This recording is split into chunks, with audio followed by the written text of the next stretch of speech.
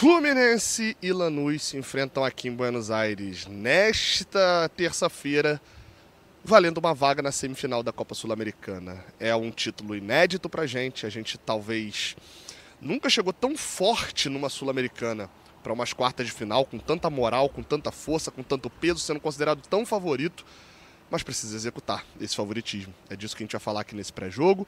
Então você se inscreve, deixa o like e, claro, fica aqui para poder acompanhar tudo o que você precisa saber sobre o Lanús e Fluminense, porque vai estar tudo aqui nesse vídeo de pré-jogo.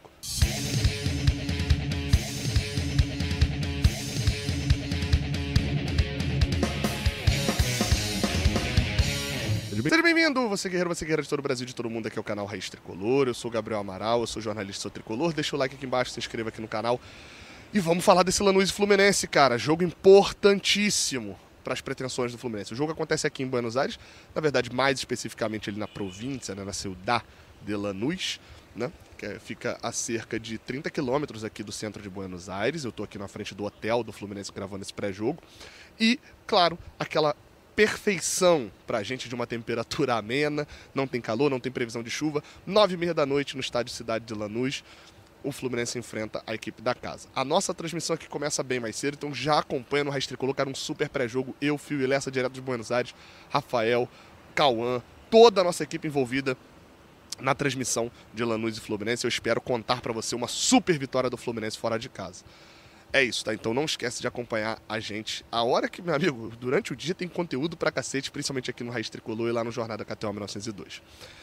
Vamos lá, a arbitragem da partida será feita por Gustavo Terreira, do Uruguai. Nunca apitou o jogo do Fluminense, pelo menos procurei aqui no bom site flusão.info e não achei qualquer referência à arbitragem dele. Então, enfim, não é um árbitro que tenha apitado os jogos do Fluminense, o uruguaio Gustavo Terreira. Vamos falar do jogo, cara?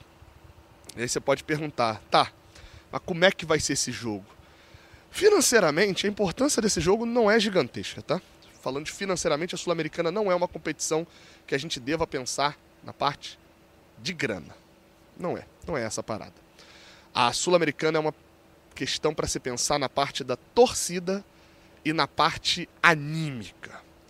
O torcedor do Fluminense quer verbalizar, falando, meu amigo, somos campeões de tudo. A gente tem estadual, a gente tem Copa do Brasil, a gente tem Brasileirão, a gente tem Recopa. Agora tá faltando essa Supercopazinha aí que inventaram, né, pra gente não ter. E se a gente tiver a Sul-Americana, a gente é campeão da Copa Rio de 1952, que é um título semelhante a um Mundial. Amigo, dá pra bater na mesa, não dá não? De qualquer maneira, cara, um título da Sul-Americana seria essencial pra atmosfera tricolor. Ser campeão em 22, 23, 24, 25, a gente levanta título todo ano. É levantando o título, é sendo campeão e sendo relevante, que a gente faz com que a nossa torcida aumente, com que a nossa proporção aumente. É significativo e passa por vencer jogos como esse. Eu cheguei a falar no Jornada que eu considero que existem alguns tabus que a gente mesmo viveu na década de 80, 90, 2000 e vou dizer até 2010, que era mesmo jogar na Argentina, o estádio argentino, pulsando, vibrando, é jogo difícil, e é mesmo. A torcida do Lanús é um estádio para 47 mil pessoas que deve estar muito cheio nesse jogo. Então, de tricolores, a espera é que sejam mais de 500 tricolores aqui, pelo menos foi o número de ingressos já vendidos. Então, assim, a gente está falando de uma quantidade de pessoas muito grande deles apoiando, que vão criar uma atmosfera muito complicada para um jogo de ida fora de casa. Só que a gente está num momento financeiro e técnico do futebol brasileiro, mas principalmente financeiro, porque no futebol, infelizmente ou felizmente, quem tem mais grana, tem mais técnica, tem mais tática, tem mais tudo. E se não tiver, tá agindo errado.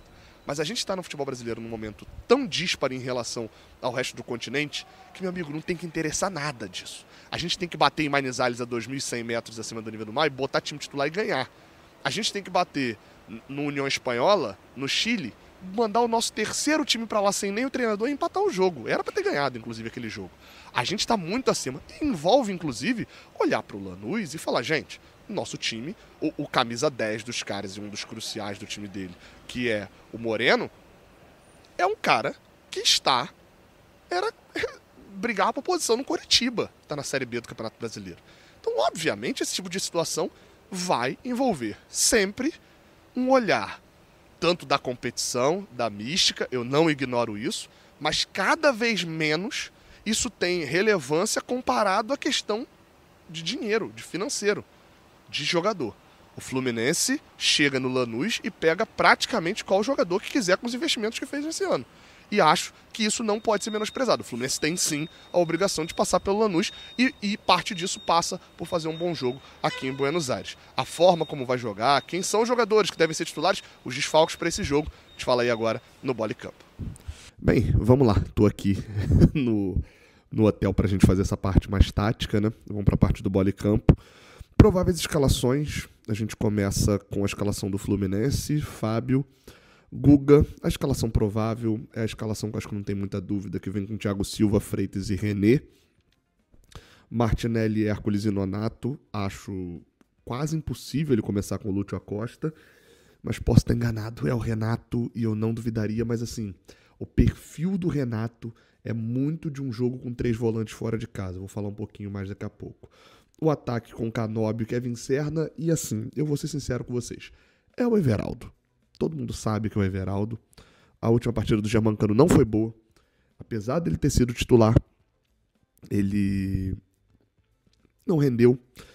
Mas, Gabriel, por que você botou ali Germancano também como possibilidade? Por um motivo bem simples, e eu não vou mentir pra vocês, porque é a casa do Germancano aqui em Lanús.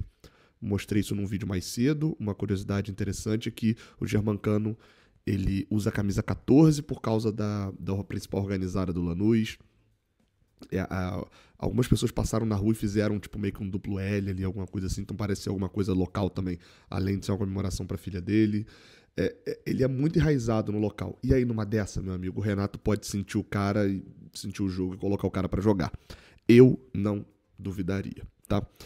Vamos lá, cara, vamos falar um pouquinho do time do Lanús. Era um time que eu não conhecia tanto, tinha visto ali pouco dos jogos contra o Vasco. E aí, falando do time do Lanús, eu falo do porquê o Fluminense é muito interessante o Fluminense jogar com 3 volantes.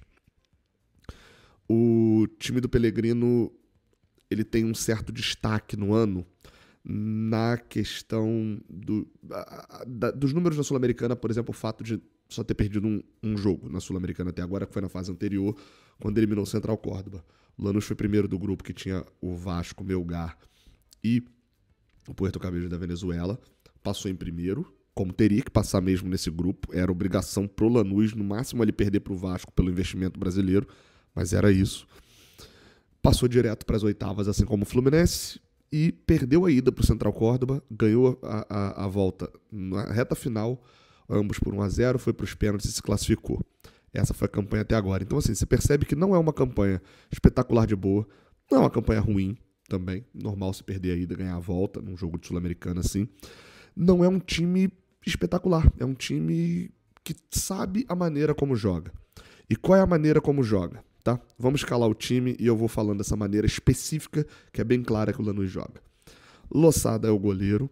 Na lateral direita, há uma dúvida entre o Morgantini e o Pérez, tá? O Gonçalo Pérez. É mais provável, inclusive, que seja o camisa 4, o Gonçalo Pérez. Na zaga, Canale e Esquerdos. E na lateral esquerda, Marcite.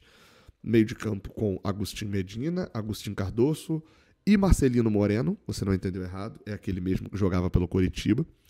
No ataque, Toto Salvio. Pelo lado direito, o Segovia ou o Aquino.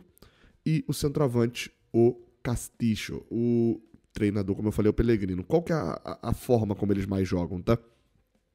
Ataques rápidos. É um time muito de contra-ataque.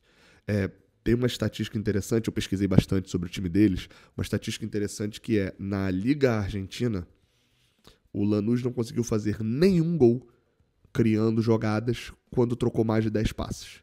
Se eles trocam mais de 10 passes, não vai sair gol do Lanús naquela jogada. Pode ser que saia o escanteio, no escanteio sai o gol, mas não sai gol. A parada deles é vertical.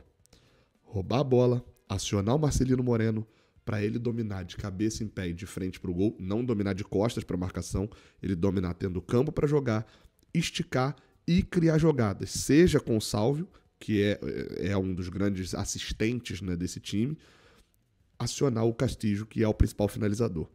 Eles criam muitas chances, não fazem muitos gols, mas criam muitas chances. dessa maneira. Não é um time... É um time com uma quantidade de gols normal. E como que se pode quebrar isso? Primeiro, dando a bola para os caras. Dá a bola para os caras e deixa ele criar. Isso não é retranca. Isso é fazer com que os caras tenham que fazer algo que eles não funcionam tão bem. E o primeiro jogo ser fora de casa dá essa alternativa ao Fluminense. A possibilidade de dar a bola no pé deles e a torcida deles é que ficar motivando para o time ir para frente. E eles terem que criar. E aí o Fluminense com 3 volantes conseguir fazer o que eu sempre falei que time com 3 volantes tem que ter. Destruição de jogada, saída rápida pelos lados e presença de volante na área chegando como surpresa. Isso é crucial. São essas 3 coisas. Volantes para desarmar a jogada, fortes fisicamente. Precisa ser um touro. É um cara que tenha bom poder de desarme. Saia rápido pelos lados, porque vai ter ou os laterais, ou então os pontas, e aí você pode sair pelo meio, né? Tipo, você dá num Everaldo da vida, que é um centroavante que vai dominar e inverter a bola para um dos lados, por exemplo, ou até tocar a bola mais pro lado que ele tá. Mas para achar esse lateral ou ponta, e a jogada vir um cruzamento, ou vir uma outra bola pelo meio, achando esse volante que chegou na área. Isso é uma jogada clássica de time que tem dificuldade com essa transição rápida. Eles não só têm dificuldade para criar quando tem muita bola, mas eles têm dificuldade para se defender nesse contra-ataque rápido. Então, o mapa da mina tá aí. Se o Renato começar com o Lúcio Acosta, acho que ele está indo para um lado muito diferente do que o jogo pede. Pode ser que mesmo com isso tudo, o Lanús, dessa noite, faça 3 gols criando de pé em pé mó tempão. Pode ser, futebol acontece esse tipo de coisa. Mas do que a gente tem até agora, pela característica dos jogadores, pela forma como eles jogam, é isso que tem acontecido. O time do Lanús não é um time que se sente à vontade tendo a posse de bola o tempo todo. É um time que gosta de ser mais reativo. E aí, como o Fluminense está fora de casa, ele pode fazer esse trabalho um pouco mais tranquilamente em relação ao Lanús. Só um último detalhe, artilheiro do time é o Castillo, com 8 gols. Marcelino Moreno, 4 gols, é um dos destaques ali do time. Estava no Coritiba no passado, como já falei algumas vezes. É bom ficar atento também no Marcite, que é um dos líderes de assistências do time, tá? O lateral esquerdo avança bastante. Olho no Guga. O Guga é um lateral que não tem decepcionado tanto na marcação, mas ofensivamente não tem aproveitado tanto. Talvez seja um jogo desses em que ele vai precisar segurar mais na marcação e vai ter que ter atenção do atacante do Canóbio do Serra que estiver jogando pelo lado direito, para poder segurar e sair muito bem e saber explorar as costas desse centroavante também. Bem, enfim, como o goleiro não é um goleiro fraco, capricho na finalização, né? Seja Everaldo, seja o Germancano, tomar cuidado com isso. Enfim, parte do bola e campo era mais ou menos essa, né? Diz aí se você gostou. Tentei fazer uma análise mais aprofundada sobre o Lanús e falando sobre a nossa escalação para o jogo. Eu acho que olhar para o adversário é talvez olhar com... Quando você olha para o adversário, você pensa mais na escalação que você vai colocar no jogo, no seu time, né? Então é isso. Chegando ao fim aqui de mais um vídeo, depois da nossa análise tática e também do jogo. Importante recado. Passa lá na KTO. A KTO tem odds muito boas para esse jogo. Eu vou deixar elas aqui embaixo para elas ficarem 100% atualizadas, bem aqui. Mas tá aí, cara. Eu vou utilizar nesse jogo. Quem assistiu o pré-jogo passado viu que eu fiz uma odd ali que envolvia o Fluminense vencer o Corinthians, o Fluminense perdeu. Só que na KTO é muito legal porque tem a chance extra. Então, basicamente, eu não perdi aqueles R$25. A KTO me deu uma oportunidade de ter um bônus agora de R$25 para apostar em alguma coisa. E eu vou apostar nesse jogo no empate ou vitória do Fluminense. Vou apostar que o Fluminense não vai perder para o Lanús aqui. Será que dá bom? Não sei. A KTO tem odds muito interessante, você pode ir lá e se cadastrar, o link está aqui embaixo na descrição. Se cadastra por ele para a KTO saber que você veio daqui do Raiz Tricolor, tá? Dá essa moral pra gente. E claro, lembrando, é só para maiores de 18 anos, né? Não é para você que é menor de idade aí, nada disso não. E outra também, tá? Uma lembrança importante. Aposta aquilo que você pode perder. Os R$25 não iam me fazer falta, não é para você apostar aquilo que você não pode perder. Beleza? Tamo junto, até a próxima, valeu!